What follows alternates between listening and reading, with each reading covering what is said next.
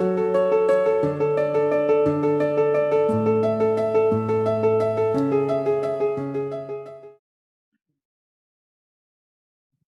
right, welcome to Victoria Vibe podcast. Today we have a very special guest, one of my favorite all-time students that I had the pleasure of meeting at the University of Victoria at the English Language Center. So could you please tell us your name and where you're from?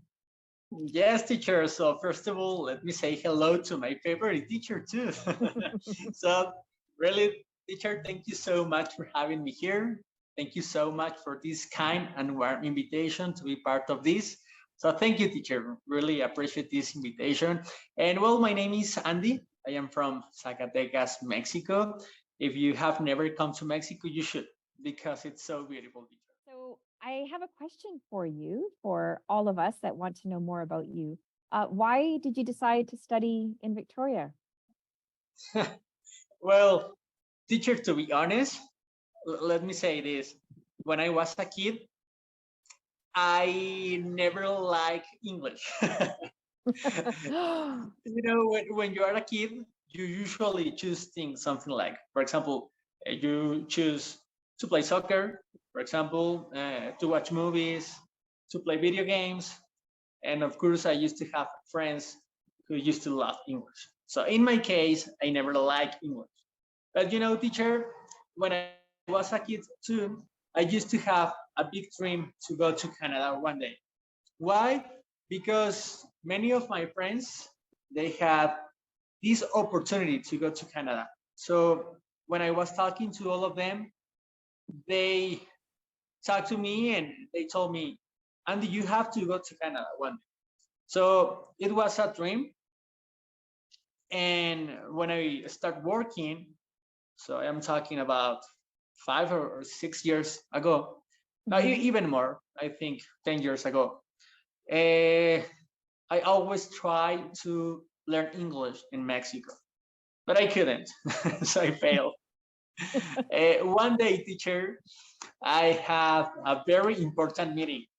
Mm-hmm. And when I was my turn to talk about my job, I couldn't, teacher, because my participation was in English and was terrible.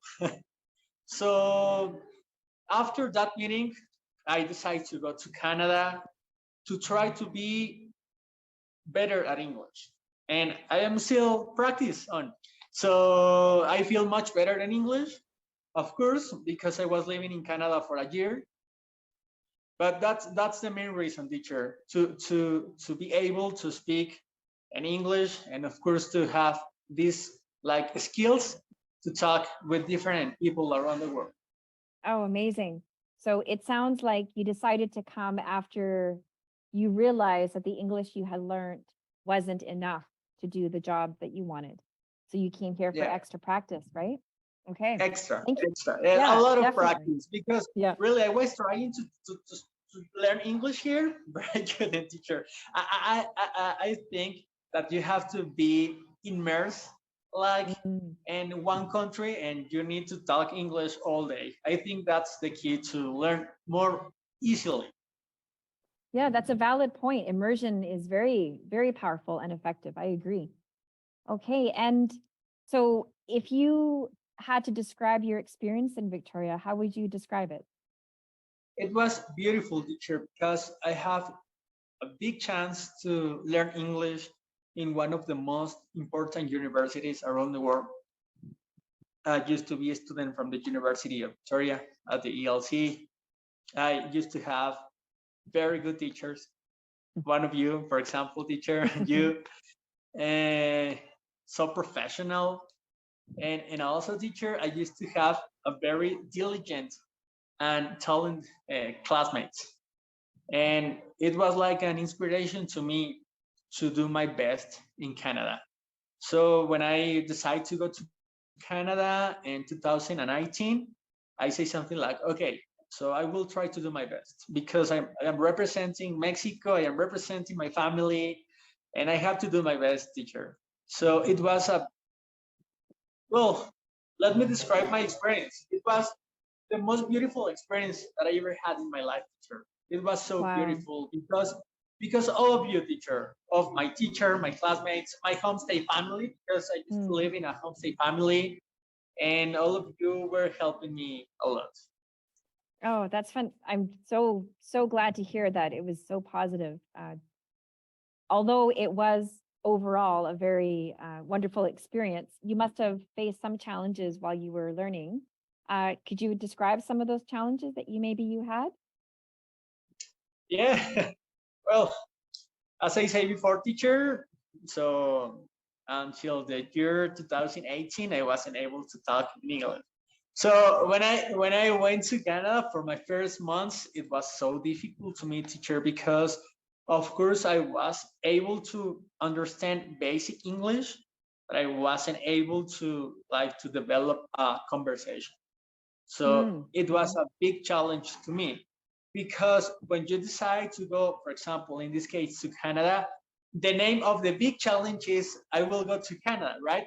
But that big challenge has like a different kind of challenge, right? Hmm. So you have to adapt to this new country for you.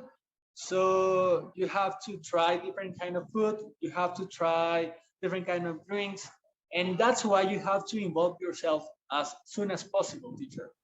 And and when I was trying to learn English, one day it was so difficult to me. I'm talking about February, March. I do not remember. And because for me, teacher, I it's, let me explain this. Something one day I see something like maybe English is not for me, and that's okay. So yeah, so maybe I have to back to Mexico, and it doesn't matter. Yeah, and because I used to have a lot of homework, teacher, and I Hmm. wasn't able to understand. I usually took my notes and I say something like, "Wow, what is that?" I cannot understand that. So I Wow. Hmm. maybe I think that the best option is to give up and back to Mexico and keep working, and that's all. Yeah. And one day I was talking to my mom, and that's a beautiful experience. And I say something like, "Mom, I think English is not for me, and I will back to Mexico soon, maybe next week, next month." And Oh. she told me something like, "Okay, Andy, I think you have to remember your goal. Do you remember what your goal is?" "Yes, as to learn English."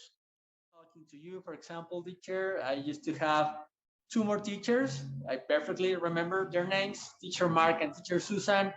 And I was talking to all of you, and I said something like, "Can you help me to be better at English?" And of course, you say yes. And I used to have extra homework, I used to have extra activities, and all of those activities helping me a lot, teacher. How could I change a lot? Because it's really it's so difficult to explain because I, I am a lawyer, but after my experience in Canada, I decided to study my master degrees in education. And right now I became a professor and I am working in San Cristobal de las Casas, Chiapas with indigenous people. Congratulations. Yes. And for me, it's a tremendous honor to work with my country, for the education in Mexico. And I feel so happy to be here, teacher, really. And I think all of this experience that I am living right now, it's because of my experience in Victoria, Canada. So much again, Andy. I know that your story will really help a lot of other people feel motivated, inspired. And when they feel challenges, they know they just have to work hard and not give up. So thank you for sharing your story. We really appreciate it. Thank you, teacher. It was a pleasure to talk to you. Thank you so Oh, much you for thinking too. of me. Oh, yes. And please stay in touch. Take care. Yes, take care, teacher. Bye bye. Okay. Bye.